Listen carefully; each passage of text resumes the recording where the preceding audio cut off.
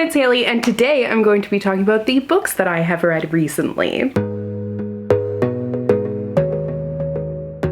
Long time no see. I literally, well, you've kind of seen me off and on, but I literally have not filmed a video since August. Everything you've seen up until this point has been pre-filmed, and that's because I have just been so busy, which I know I say all the time, but I have literally, like, since July been home max 2 weeks at a time and working a full-time job that has left very little time for filming. So here we are, we've made it. I have been pretty busy recently reading because I kind of took a break there from reading as well. Things just, you know, it got way too chaotic. But if you can hear wind, it's because I have the window in my office open because it is so bloody hot in here. Like, it's November 5th. I don't know why it's so hot, but it is. It's so unseasonably warm. I mean, it's only 23 degrees, so it's really not that hot, but the house is just like holding all the heat in, and it's just making me like dying in here. And I know I'm wearing like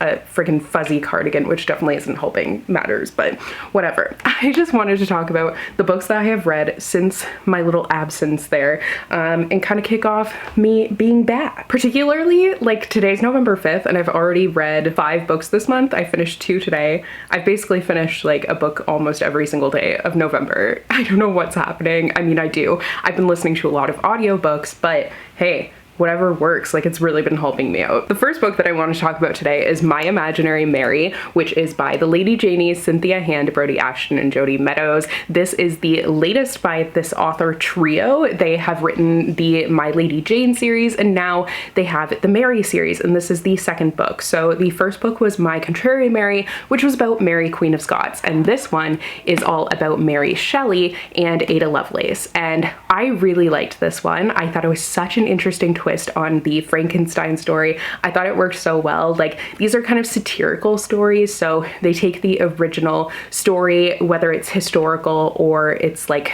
a fantastical story, and they completely twist it, and the narrators are kind of characters in the story.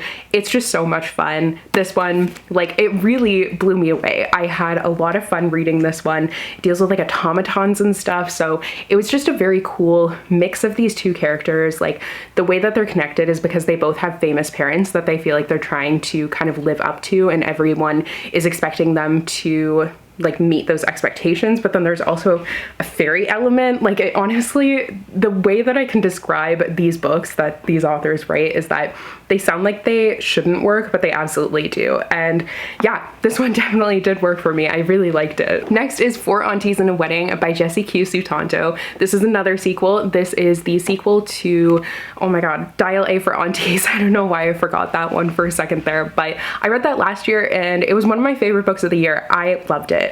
Unfortunately, I didn't like this one as much. I felt like the ridiculousness of the first book, it worked for me. I loved it. It was one of my like favorite parts of it, but for this one, it just didn't kind of have that same charm. I felt like I lost the believability in a way, and I think it's because it was like happening again. So it was like, okay, the first time I could kind of believe it, and I understand that like that's what the story is, but now that it was happening again, I was like, this just seems kind of silly. So I don't know if maybe it was my mindset when I was reading this one that I just couldn't really delve that much into it, but I find it kind of disappointing. I don't know, maybe like Dial A for Aunties was just such a hit for me that it couldn't really top that. So yeah, unfortunately I was let down by this one, and I think maybe it's because like you spend all that time invested in these two characters, and I wanted them to have that perfect happy ending, and it kind of like things weren't going the way that I wanted them to. So that was annoying, and that's not a spoiler at all. It's just like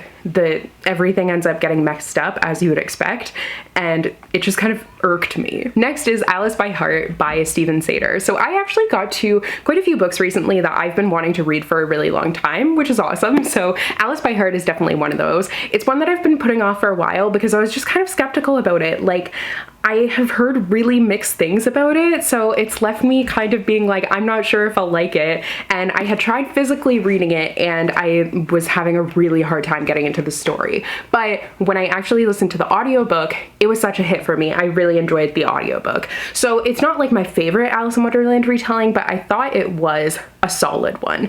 If you didn't know, this is actually based on an off-Broadway musical, so I haven't seen the musical, haven't listened to any of the music or anything, but this is the novelization of that musical, and it's also by the author of Spring Awakening. It is combining World War II and Alice in Wonderland, so it's like those two things I am really interested in, obviously. So it just seemed like a recipe for success to me. But I think that the audiobook was definitely the way to go for me. I think that if I had tried to like physically read this one, I definitely wouldn't have enjoyed it as much. And it does have photos in it, so I kind of like missed that aspect of it. Like there's photos as well as some illustrations, but I was just happy to like actually read the story. And it's definitely a really heartbreaking one, but I thought it was really good. I'm going like completely, there's no order here. It's just kind of the way that they were in the pile. So this next book I actually ended up reading this morning. I sat down and I hadn't physically read anything for quite a while. I'd just been doing audiobooks. So I was like, okay, I want to try and find something that I can actually physically read. And I was trying to choose something that like wasn't, I really hope you can't hear these kids screaming, but whatever. But I was trying to pick something that wasn't too similar to the audiobook that I was listening to, but everything I was kind of gravitating toward was pretty similar. But then I saw this on my bookshelf and I decided to pick it up, and I absolutely flew through it. I just sat there until I was finished with it. So this is The Handmaid's Tale by Margaret Atwood, but it is a graphic novel adaptation by Renee Nolte, or Note. I feel like I'm probably pronouncing that extremely wrong and I apologize, but I have not read The Handmaid's Tale. I haven't seen the TV show or anything like that. I have been wanting to read it for a really long time. If you have been watching my channel for a long time, you know that I have included The Handmaid's Tale on so many of my like yearly TBRs, and I just haven't gotten to it. I have met Margaret Atwood, but I haven't read it. Like I have a personalized signed copy of The Handmaid's Tale, and this is the only other copy I have, so I need to pick up one that I can like actually sit there and read, because this completely blew me away. This is like, it's funny, well, it's not funny, haha, but like it's interesting because it's a story that was written quite a while ago, but it still is so relevant and like even more relevant with recent events.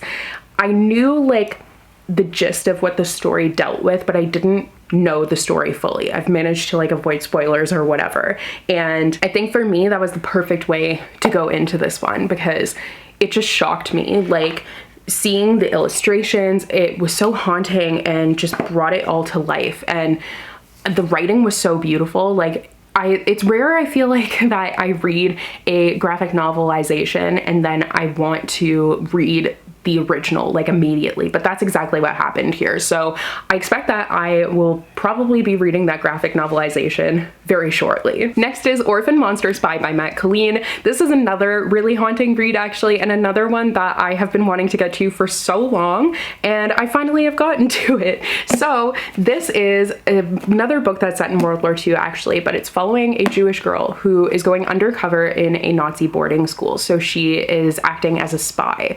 Obviously like a really high risk and high stakes situation, but it still is a story that will like totally take you aback. It's definitely one that's really hard to read a lot of the time, but I felt like it was also really good. Like, I don't want to say I enjoyed it because it's not really the kind of story that you can enjoy, but I just felt like it was incredibly well done. The author was able to approach the subject matter with like sensitivity, but also was so like raw and honest, especially for a YA book. This was so like unflinchingly honest, and it just had all the facts, all of the happenings there like right on the page, so you couldn't really ignore it. It was so scary, but such a good book at the same time. So yeah, this came out like a couple years ago, so I don't know if there's anything else by this author, but if he does write any more like historical fiction, I would definitely love to read it. Next is Tomorrow and Tomorrow and Tomorrow by Gabrielle Zevin. I'm sure you've heard of this book because it kind of ended up going pretty like viral or becoming really popular when it came out, and I just ended up getting to it this past week. So I listened to the audiobook for this one as well. It's another one where I was trying to kind of physically read it, but I was having a little bit of trouble actually getting into the story, which has been kind of a theme for me recently, so I don't fault the book for that. But I think my expectations for this one were too high. I did really like it. It's like a friendship love story. I thought it was going to be a love story because of the way the description, I just didn't read the synopsis correctly, but I liked the fact that it was focusing on friendship and such a long period of time that you're following these two characters. Such a well-rounded look at their relationships or their relationship with each other, and how like all the ups and downs and everything from the very beginning. You see all of it, and I loved that. Like, it was so well-rounded.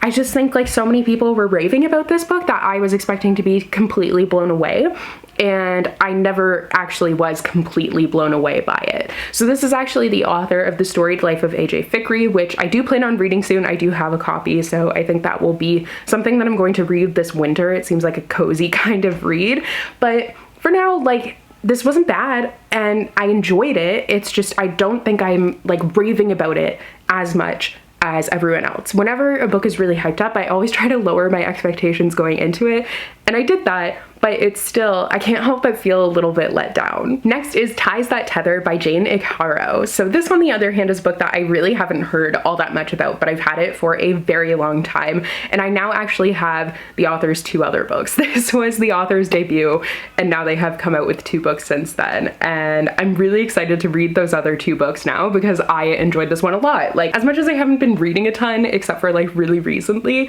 I've had a lot of hits with what I have been reading. So this is following a Nigerian Canadian woman, and she is kind of struggling to reconcile those 2 identities. She's struggling with how she is, like who she is as a Canadian, who she is as a Nigerian woman, and especially her mother and her late father's expectations for her and like the promise she made.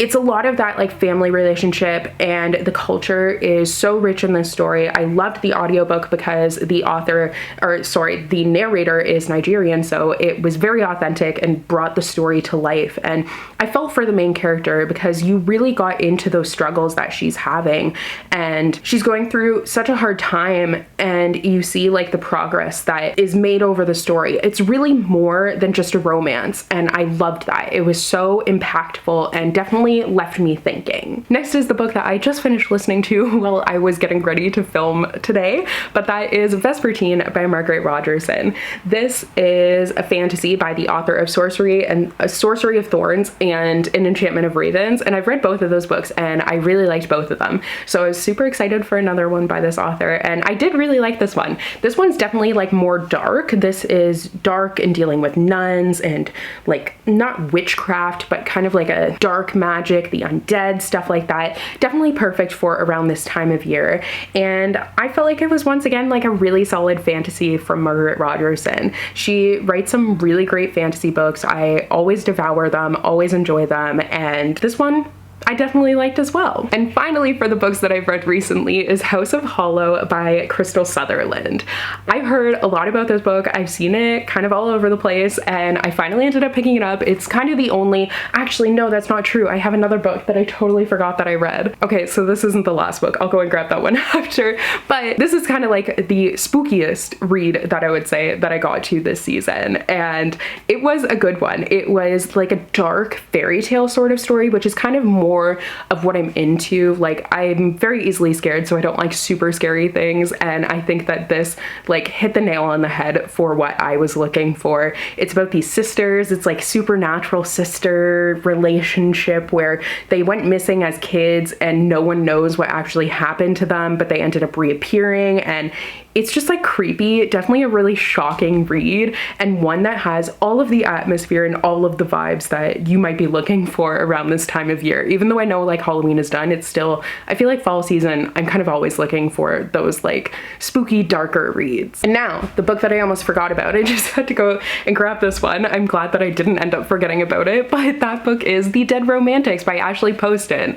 I really liked this one. I have read a couple of Ashley Poston books. I've read her YA books, and this is her first adult novel, and it's an adult romance, and I felt like this was her best that I've read so far. And I think, like, I haven't been on TikTok recently, but I think that this one was getting pretty hyped up, which I hope it is, because it was just really good. It's about a ghostwriter who has a ghost herself that she can see ghosts, and she grew up in a funeral home, like with her family and everything, and only her and her father could see ghosts, and she's dealing with grief, and at the same time, like, she ends up having a ghost that is with her that she wasn't expecting. It's someone like she actually knew, and there's just a lot going on in this story, but all of it is so well done. And it's once again a story that kind of has that deeper level to it, and I felt like the romance, like, it didn't take away from that, but it also, the romance was kind of the ultimate, like, felt like it was doomed from the start sort of thing, and it totally worked for me. I liked this one a lot. Okay, so